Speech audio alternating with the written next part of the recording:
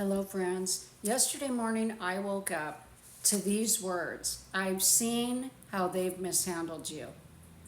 You know, Joseph was mishandled terribly, and it looked like he couldn't get a good break for so many years, over a decade. But that season did not last forever. And it looked like he was under some kind of a curse because so many terrible things kept happening to him. But indeed, that was not the case. I'm here to encourage someone today. Joseph continued to use the gifts God gave him, even if it was in the lowliest of places. And I want you to think about this. When Joseph's brothers sold him as a slave, he was sold buck naked. He did not have a cell phone, a laptop, a home, a rental home, or any clothing. He didn't have designer clothes. He didn't have big fancy buildings. Most people would have said, oh, something's wrong with Joseph. God isn't with him. But indeed, God was with him.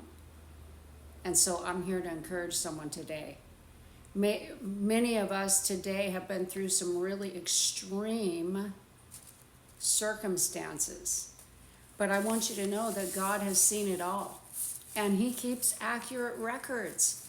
I wasn't thinking about Joseph. That's not where I'm at studying in the Word. But that is what God woke me up to yesterday and began to just speak to me about. Not just to encourage me, but to encourage you. Like Jesus, Joseph was mishandled, falsely accused, and rejected. He was mishandled by those in power and authority around his life in every direction. He did the right thing with Potiphar's wife and had integrity and resisted temptation. And yet he ended up going to prison for a crime he didn't even commit. Think about that.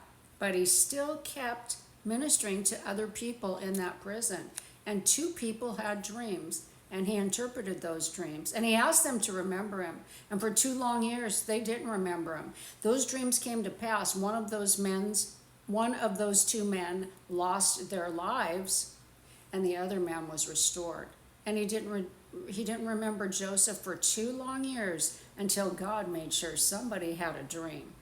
And they needed an interpretation. And somebody would remember the gift of Joseph. See, your gifts will make a way for you. God used those gifts in the lowest of places, but that was actually a springboard, a launching pad for destiny, for Joseph's purpose, for the long-awaited breakthrough of all breakthroughs. Somebody hear me today. This is for someone who's watching right now. Joseph is absolute proof that your financial status, your social status, none of that equals the blessing of the Lord, because Joseph didn't look at all like someone God was going to launch. In fact, his family didn't even recognize him. They thought he was dead. Maybe people think you're useless and no good and nothing good can come from you. But God knows something great has been planted inside of his good and faithful servants, and he will turn your circumstance around as he did for Joseph if you'll remain humble and operate in those gifts, even if it's in what seems like the most insignificant place. You know, God has everyone in mind, and he wants us to be faithful and humble and teachable and give him all the glory. The day came when Joseph, who had been tested for the word of the Lord for over a decade, was launched into his destiny in one day. The trajectory of his life changed forever. God is all powerful and awesome. Joseph was restored, vindicated, and fulfilled the dream that God had given to him.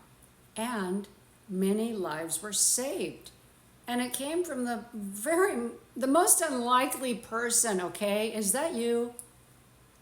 You meant it against me for evil, but God meant it for good, to save many lives. That's what that all came down to. And that's Romans 8:28. And we know all things work together for good for those who love God and are called according to his purpose. Let's love the Lord. Let's stay humble and teachable. Let's be faithful in the little things that may seem insignificant. Those things turn into great big things. Actions of obedience are rewarded by our Heavenly Father. He's faithful. In one day, the goodness of God showed up for Joseph, and it changed the trajectory of his life forever. And we get to read about his story to encourage us. So I hope this encourages you. Don't you give up. Because God uses the foolish things of this world to confound the wise. And I just want to end with this. God has seen how you've been mishandled. But that's not how your story will end. Forgive people. Trust God.